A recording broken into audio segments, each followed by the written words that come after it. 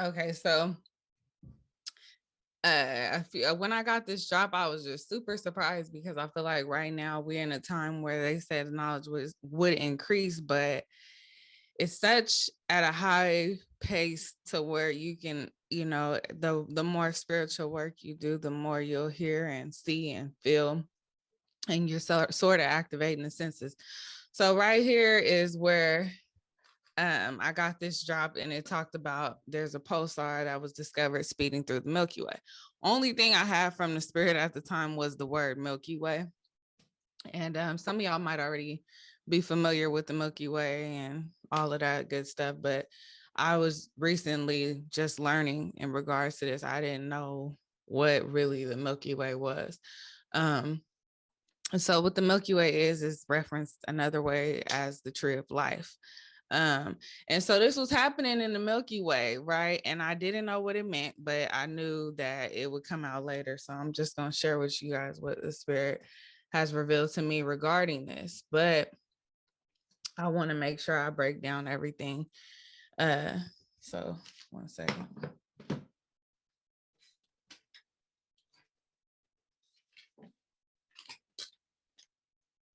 So I want to break down what a pulsar is, because you guys I'm new to this. I don't know what this is. I never heard of it.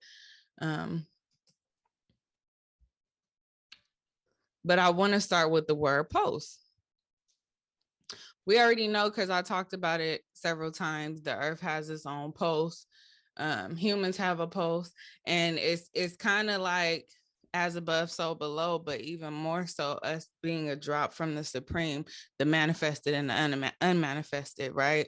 So what happens up there with the universe happens with us, because we are universes. We are walking universes. So right here is the definition of a regular pulse. So I'm gonna just read off a few.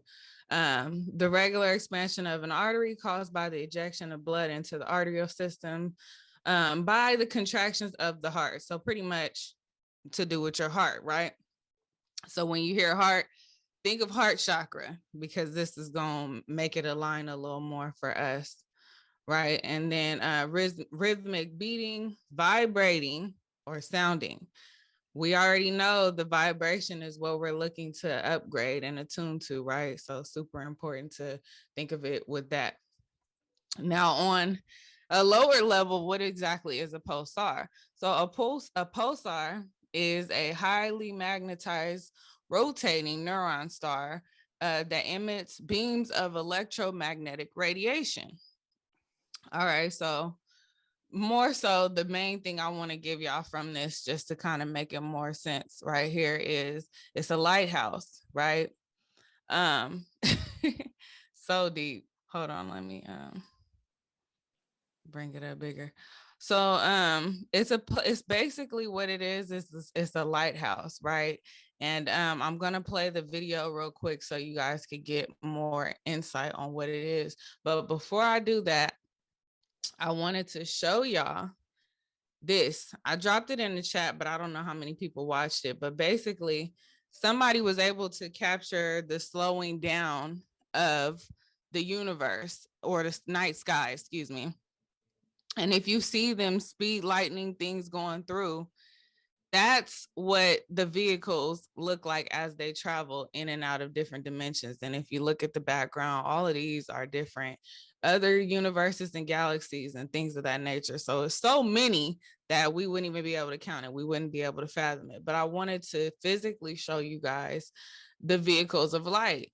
Because the first thing that came out to me when I seen the video before I even watched it, just the caption alone, because I'm subscribed. So when it pops up, it shows me like the name of the video from who it's from. And the first thing that it showed that my spirit said was, this is something regarding a visitation, like something's here, but I couldn't quite get it together. So I just sent it to Narcy, and she was like, what this mean? I'm like, I don't know, but we gonna find out. So let me show y'all the video. Oh, I thought I had it right here.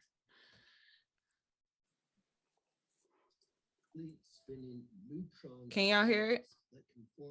massive stars run out of fuel. Yeah, we can hear it. Okay, let me go back a little more. Sometimes are rapidly spinning, moving at over 1 million miles per hour, as seen here in the Chandra image, along with an optical image from the digitized sky survey. Pulsars are rapidly spinning neutron stars that can form when massive stars run out of fuel, collapsing and exploding. Sometimes these explosions produce a kick, which sent this pulsar racing through the remains of the supernova explosion. Additional images show a close-up look at. So I wanted y'all to hear them talk about a kick. It said that whatever this thing is, this pulsar that we read about, it generated a kick. So let me go to the keys. So we in the keys of Enoch right here, and we're in key 302, right? So I'm gonna start with verse 1. So this key explains how the Messianic forces travel from universe to universe through the given electromagnetic sinks or points of gravitational collapse.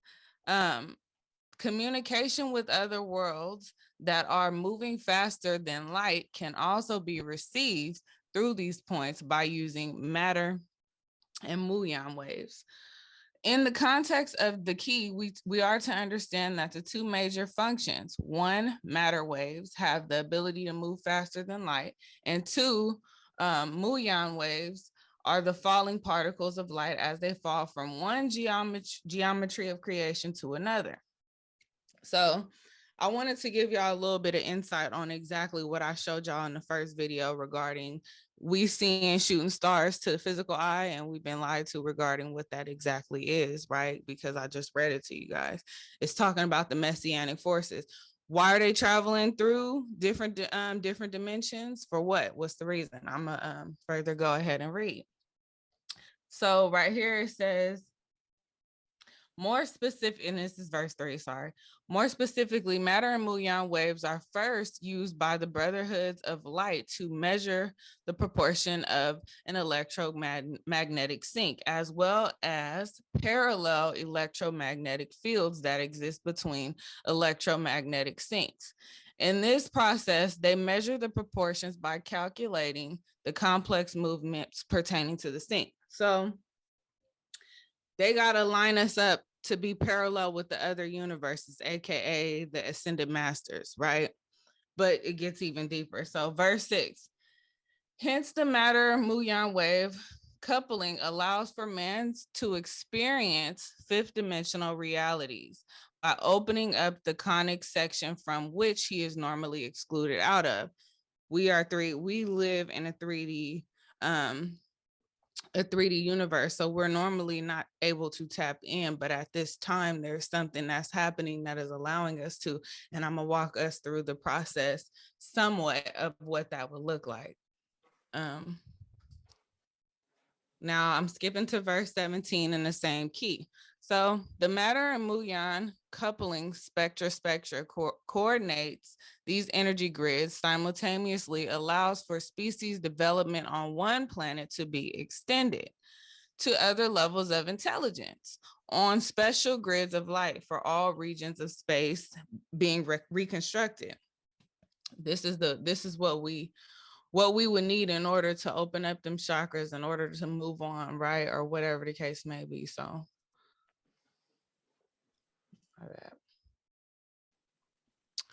verse 19. So this reorganization coordinated by matter and muon waves also allows for special grids of measurements to arise, which allow for the structuring of electromagnetic parallel energy fields to be adjusted and reorganized, permitting species to travel from one zone of creation to another.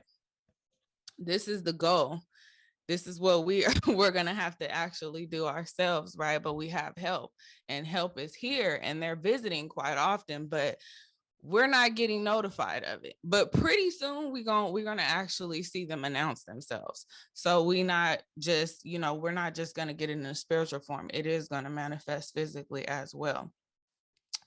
All right, so this is only done to planetary systems which threaten to destroy other species forms of creation, as well as civilizations helplessly undergoing the death of their star system. Then the whole light beings come to help the species if it chooses to take the higher spiral of light instead of the lower spiral of planets. Excuse me. Oh, I thought somebody was saying something. Sorry, I It's must have muted the tablet sign. It's all good. Okay, so where was I at? Okay, so this is done to okay, down here. Then the whole light beings, they come to help the species if they choose to take the higher spiral of light instead of the lower spiral of planetary decay and degeneration, which we're watching this happen to our planet as we speak, from disease to wars to all of the things that would exclusively in end result be death, right?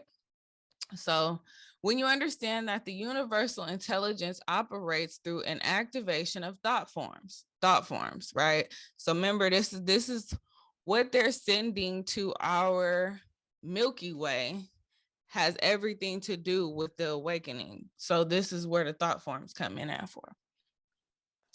So the light beings decide whether the resultant thought forms can sufficiently use data and knowledge as consciousness fields to work with the universal consciousness, or whether the energy fields require intervention of material technologies generated by the brotherhoods of light. What is material technologies? That's the pulsars, but let me keep going. Generally, the whole light beings indirectly feed the information to rescue the species in question, so as not to violate surrounding zones of consciousness development. Yet at times they arise in instances where mutual programming is necessary. So verse 23, more specifically on a physical level, the spectrum vehicles under the command of the Council of Light. So these are the brotherhoods that are visiting, right? They have a command chain. Locate a planetary population that has a negative influx of energy from destructive radiations and or is destroyed atmospheric cover, so as to allow destructive rays to bombard the surface of the planet. Then the brotherhood, by means of holding a position, weaves a grid network of spectral and spectral wave rotations, so as to balance critical mass and allow for harmonic to be established.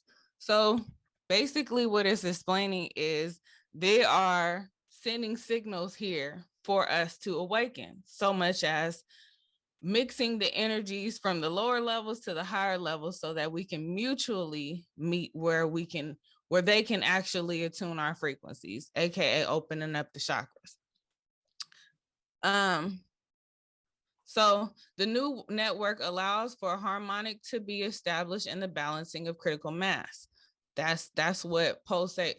The energy from the pulsar is considered mass. So let me continue. So this network is initially given an inductive kick by multiple magnetic fields. Who are they controlled by? By the vehicles of the Brotherhood of Light. So this is telling us that kick that the guy was just talking about is a kick coming from the brotherhoods of light. So like I said, we're being visited and they're not telling us, but what are they visiting us for and how are they visiting us, right? I just showed y'all the slowed down video, which shows us the light beams and how fast they travel. And if you listen to the gentleman saying that it was traveling at 1.4 miles a minute. So that tells you that there's something coming fast. And remember, I said that they're considered lighthouses, and we're seeing the pulse word be mentioned here, right? So just connecting the dots. So this multiple magnetic field which the Brotherhood uses is partly that of a vehicle and that which is found in the surrounding environment, which is used to create perpetual pulse. This is what they're doing.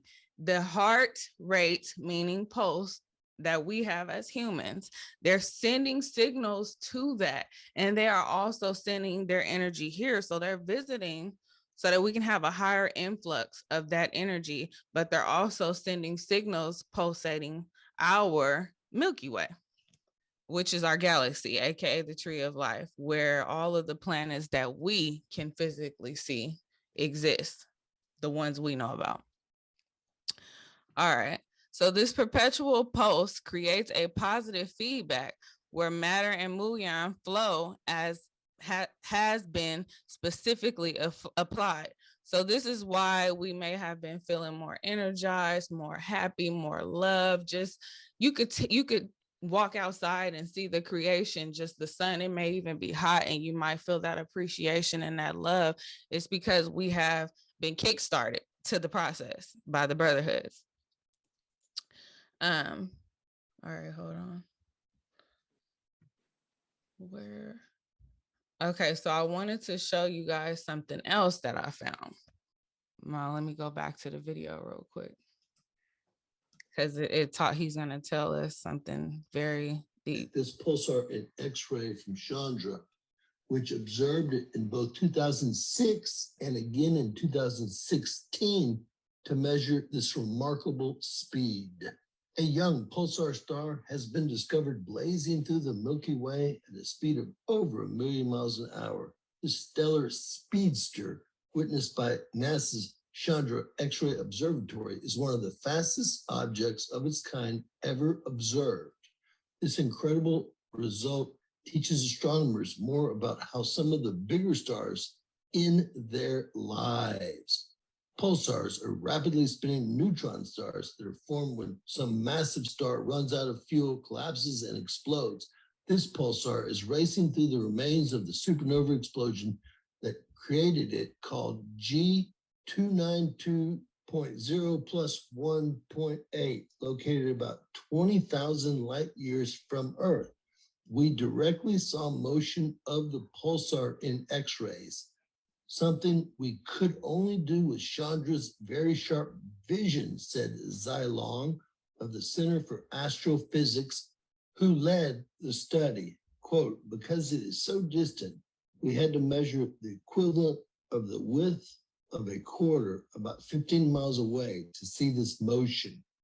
To make this discovery, the researchers compared Chandra images of G292.0 plus 1.8 taken in 2006 and taken in 2016.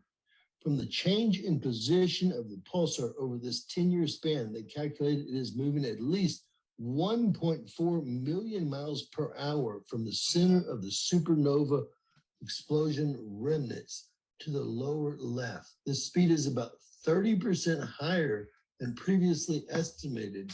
The previous measurement of the pulsar speed was based on an indirect method by measuring how far the pulsar is from the center of the explosion.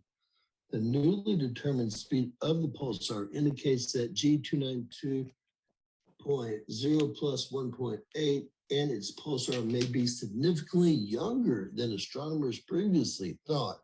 Zion's team estimate that G292.0 plus 1.8 would have exploded only about 2,000 years ago as seen from Earth. Rather, Okay, so we didn't need all of that, but the main thing that I wanted you guys to get from this video was the timing of how basically they're saying they have seen this pulsar before and the only way you can actually see a pulsar is from it being indirectly ready to hit wherever you're seeing it from. So for instance, if it's facing the Earth, which is how they seen it, that's the only way you'll see it because they move too fast. So they seen it because it was coming into Earth. So basically, they were saying that they thought that this was 3,000 years old, but what they had to do was go back and measure how fast in the time span, which led them to believe it was only it would only have been somewhere around 2000, and we're not going to use exact for them because we already know they're not going to give us full truth of anything. So what I did was I lined it up for myself because I feel like 2,000 years makes sense. I don't know why it just did that, but here we go. So I looked up the time frame of an age, right? And we know that an age is a period of time between the zodiacs.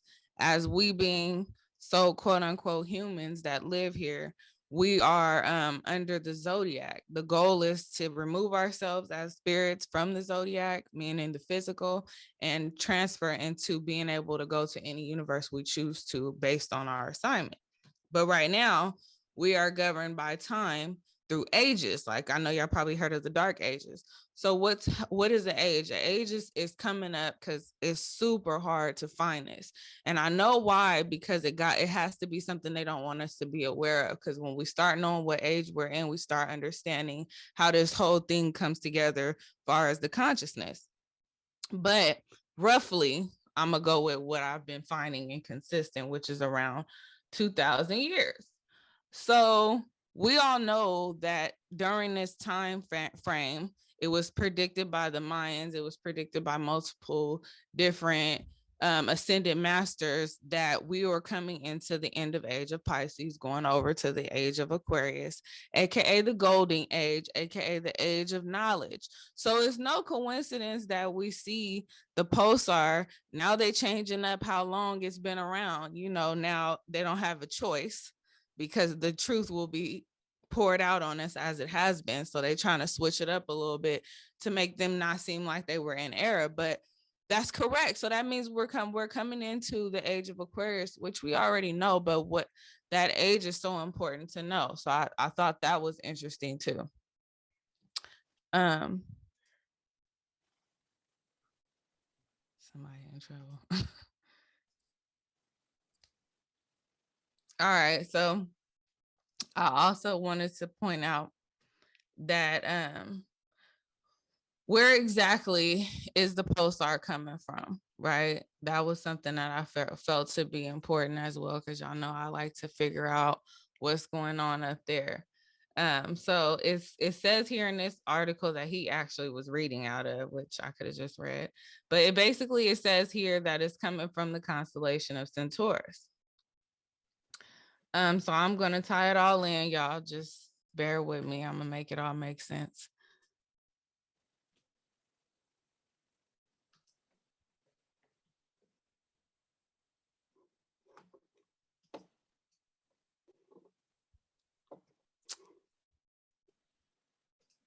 Before I read the definition of Centaurus and what it represents, I also want to point out something else that I found in this article right here. Because we have a lot of people who have bear witness to the spirit as well, that have been on this journey or have had spent somewhat a little bit of time in a different dimension and got some information and was able to bring it back. And this is definitely, this article, whoever wrote this is someone who has, and I just wanted to read a little bit off of this. So it says right here, Joycelyn Bell noticed small pulses of radiation when their telescope was looking at a particular position in the sky for a short time. Scientists thought that they might be coming from extraterrestrial civilizations.